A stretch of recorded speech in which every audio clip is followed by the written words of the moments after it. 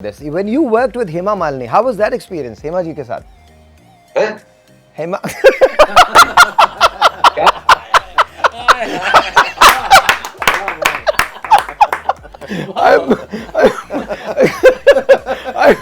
I'm talking about the film actually. What you did Hema Malini जी के साथ जब आपने काम किया तो आपको कैसा लगा? And how was that experience? नहीं वो जुमला मुझे समझ नहीं आया. किसके साथ काम किया? हेमा मालिनी.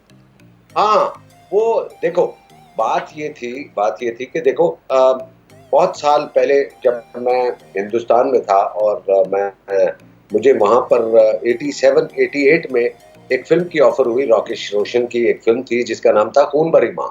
या खून भरी मांग. या Yes, I was the hero in that film against रेखा. रेखा जी शत्रुघ्न सिन्हा की फिल्म थी ना वो. कबीर बेदी शत्रुघ्न सिन्हा. वो तो कबीर बेदी तो मेरे बाद आया कि जब मैंने वो फिल्म अपनी किसी खास वजह से जो कि मुझे मना किया गया था कि ये फिल्म नहीं करनी, तो वो मुझे फिल्म छोड़नी पड़ी और मेरे बाद कबीर बेदी उसमें आया. सो खैर वो बात आई गई होगी.